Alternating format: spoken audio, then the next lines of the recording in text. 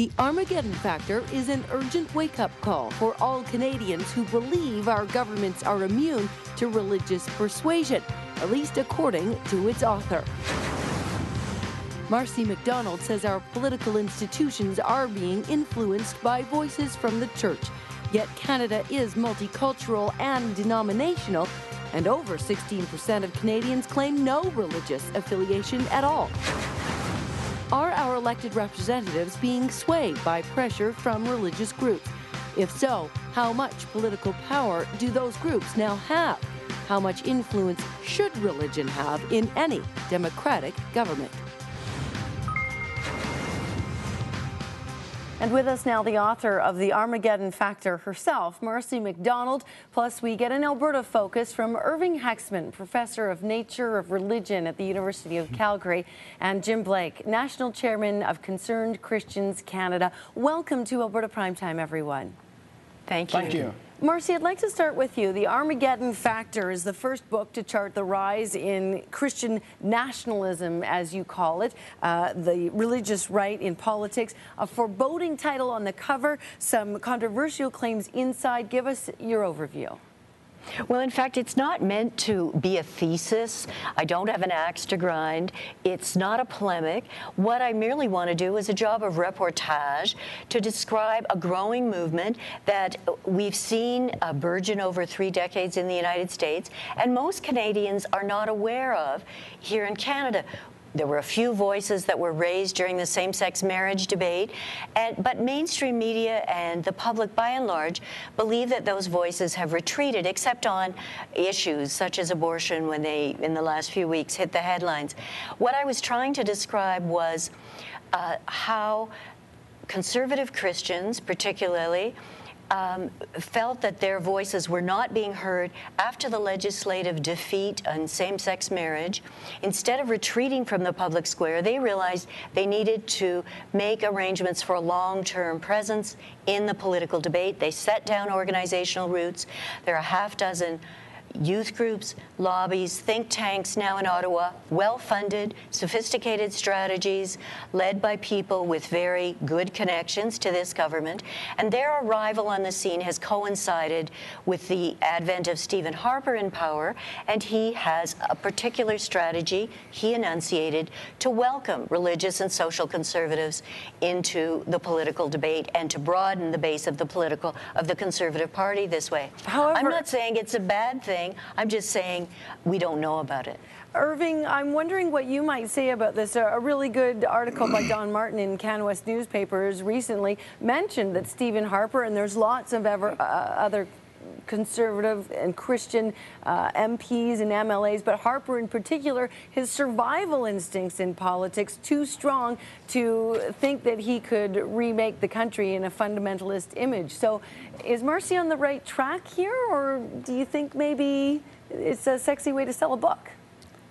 Well, actually, I think she's following a pattern of certain literature in the United States that makes very similar claims about the Christian right. And I think what they do is basically confuse a very complex picture. I think there are Christians involved in politics in Canada across the political spectrum. Exactly. I wouldn't disagree with you on that at all. But I don't think it comes out strongly enough in your book, because I think at times you talk about the Christian Reformed Church, for example. Now, all the CRC people I know vote NDP.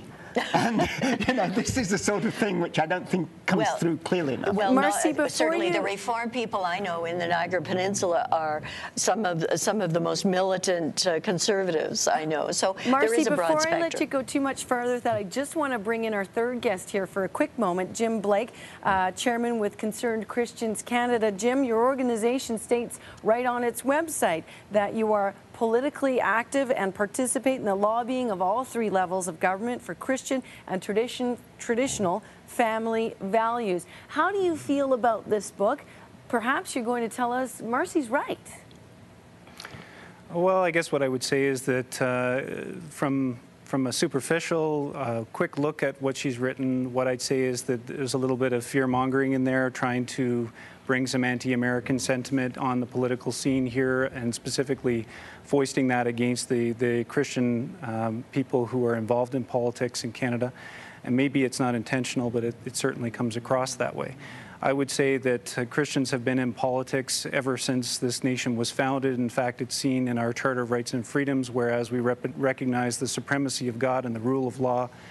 And even in the first three tenets, the guaranteed fundamental freedoms, the first one being freedom of religion. So I would say that perhaps a better title for the book would be Fear Factor rather than the existing title. But certainly Christians have been involved in politics since the inception of Canada. They were a very strong element in the creation of our nation and the laws that we all enjoy, the freedoms we all enjoy.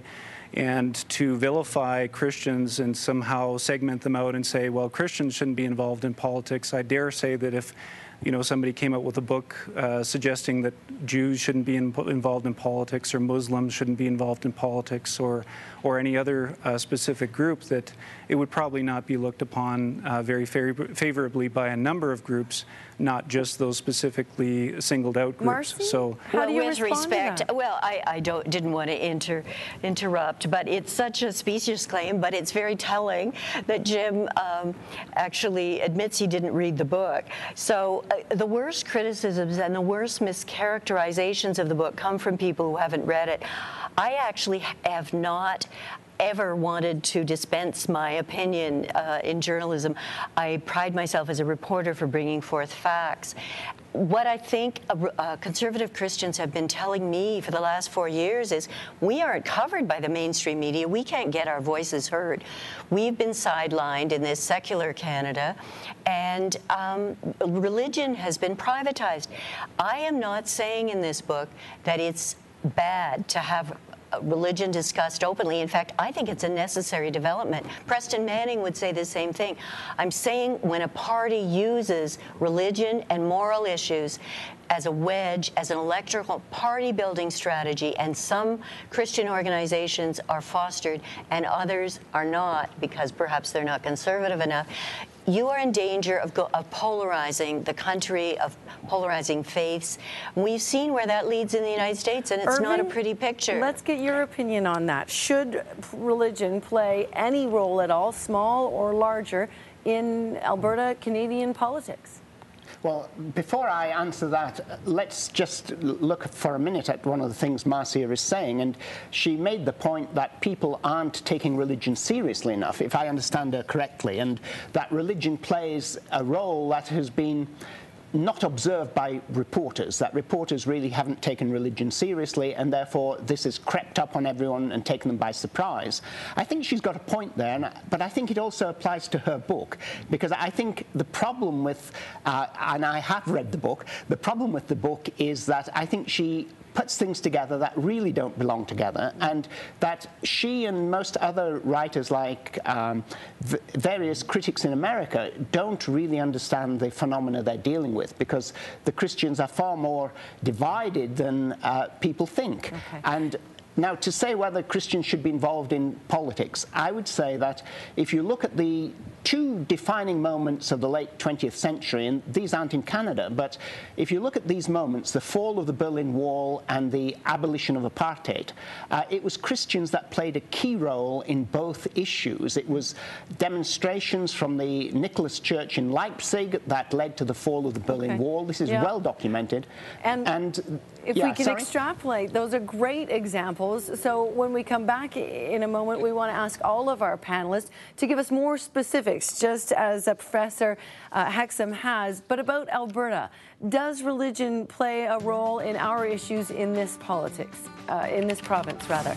Tell us what you think. Follow the links at albertaprimetime.com and hear more of what our panelists say about the influence of right-leaning religion in Alberta next.